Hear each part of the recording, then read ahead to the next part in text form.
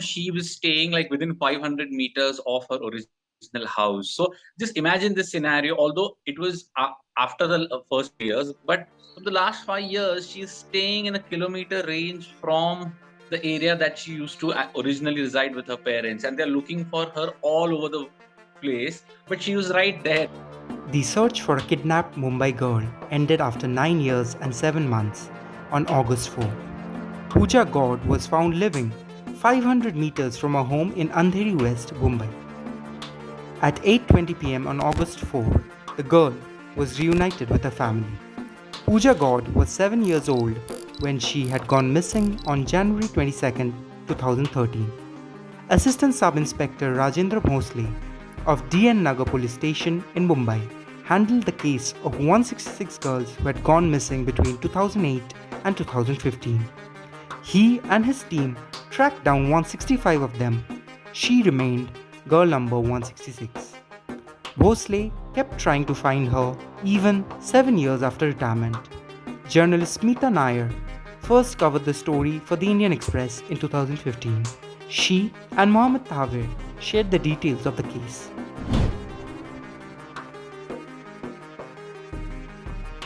So this was January, and she's I think she always used to get pocket money, is what I remember. And that particular day, the pocket money was shared with the brother. The grandparents used to give 5 rupees. And that particular day, for some reason, it was not given in her hand. And it was Rohit, her brother, who had it. And he was being cautious, and he said that we will buy something during recess hour, and let's go to school now. And that's what happened. And I think she got a little upset that the money was not handed to her, and she wanted it right there. So she did walk with Rohit all the way till the school's gate, as they always do, but she did not cross it. She said that till you give me the money, I'm not going to cross it. And the school, the bell rang at the same time, and Rohit did not want to miss out, or rather be punished for walking in late. So he did tell her that let's run, the school bell has rung, we'll be late, let's meet at the recess hour, and it'll be done. And he ran without looking back. It's that 5 to 10 minutes when she's not crossed the gate. I believe the accused has kind of seen this child standing at the gate, and you must understand that she was very upset at that moment. So anyone offering her anything good like an ice cream or a chocolate, and it's a 7-year-old kid, would have not thought twice. That's now when I look at it, I think the fact that she was upset and the fact that the accused took advantage of that really played a big role.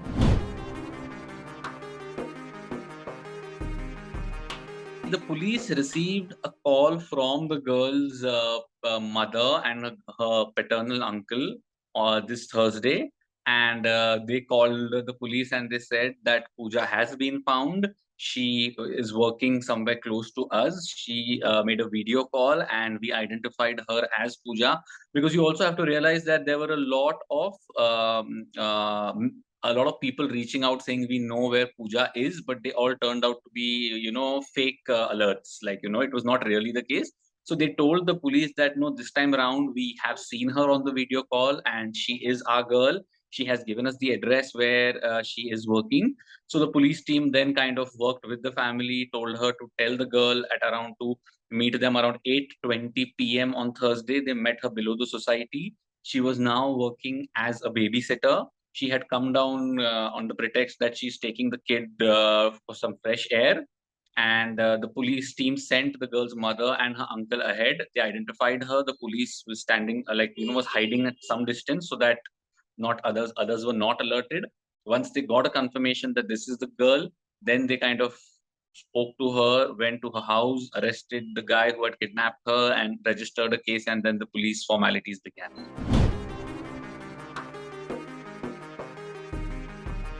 As for the girl, he told her that I'll take you to get an ice cream, gets her an ice cream, then from there possibly takes her to Kalyan. It's this place atop a dargah, atop a hill, And there, when she started crying and she said, "Where have you got me?" he threatened to throw her off the hill. And he said, he's going to harm her, he's going to harm her family. So she was very scared. Of course, she was 7 years old then. So, she's very intimidated. From there, he took her to Goa along with his wife. And they were there in Goa for around 2 months. Then from there, he brought her back to Virar. Then from Virar, he brought her back home. Now, what also happened is when he brought her back in Andheri, he realized that the case had got a lot of media attention. There were protest marches being carried out. So then he realized that, it's not going to, he's going to, people are going to find out about it. So then he sent her to his village, Raichur in Karnataka, where he put her in a hostel and she, I think, studied for a year over there. And so from 2013 to around 2016, the girl was there. Now, in between, what happened is that the family actually, Harry's wife, Soni D'Souza, got pregnant and they had a girl child. Now, in a twist in the fate, what happened is for them, now they had two girls. One, obviously, they had kidnapped. So he found it difficult to handle the expenses of two kids. Paying for Pooja's hostel in Karnataka, and he also realized that it's been 3 years, her looks had changed. So then he brought her back to Mumbai.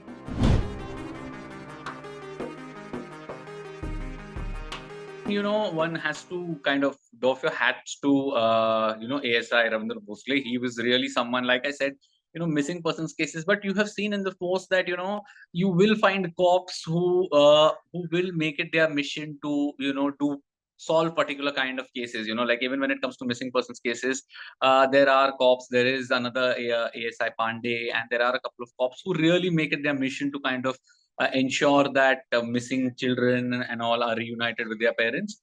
But in case of ASI Bhosle, he was in charge of the missing persons cases at DN Nagar police station when the case had come through.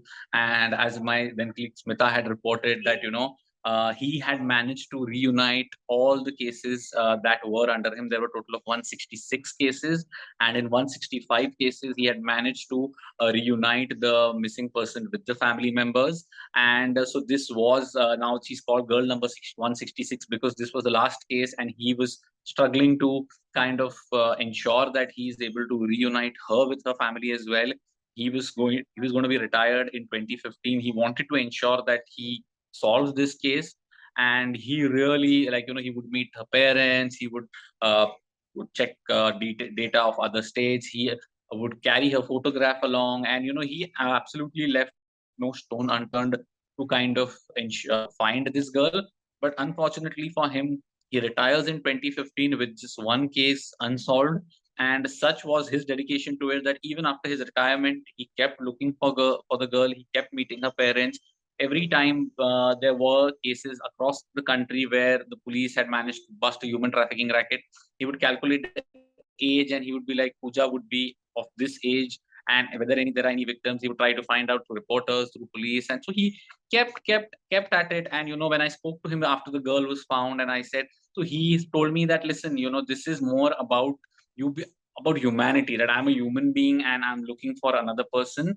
And even though I retire as a policeman, I don't retire as a human being. And there is this family that is looking for the girl, and it is my job to kind of continue looking for her. So he kept looking for her. In fact, even 2 weeks before the girl was found, he had met the girl's uncle and they were crying, and the family had lost hope, but he kept telling them that they will find her. And eventually, when they found the girl, the cops, one of the junior rang cops called, because everybody knew the obsession with which Bhosle was looking for her. So one of the junior rang officers called him and told him about it. And he was so scared, in a sense, that he was like, wait, he wanted to confirm it. He called up the senior inspector. The senior inspector confirmed it. And that is when he was relieved. He was happy. And, imagine the search for 9 years, suddenly you were told. So I'm sure it took him that much time to even come to terms with the fact that his, in a certain sense, lifelong search has come to an end and the girl has been found. He spoke to the family.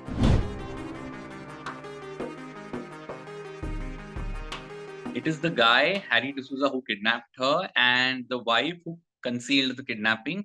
So the husband has been arrested. Now, the wife has as yet not been arrested. She will. The police did not arrest her because she also has a 6-year-old daughter and there is nobody to take care of her. So they will let her make arrangements, because at the end of the day, their daughter, I mean, she should also not suffer because of all of that. So there is where the human angle comes in.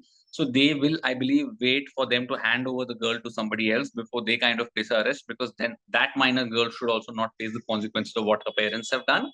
So I believe the cops are giving the woman some time to kind of ensure that she's, put the girl in safe hands, and then they will place her under arrest. Police was also worried whether there is any sexual exploitation or things that like that which were involved. Luckily, they did a medical test and nothing like that has happened. So they will accordingly, based on the investigation, the FIR is registered. Whatever charges, right now they've arrested them on charges of human trafficking, on charges of kidnapping, and things like that. Eventually, after a period of 2-3 months, they'll be charge sheeting the parents, and then the matter will go to court. In the meantime, the man will be behind bars, and very soon they will be arresting the woman as well.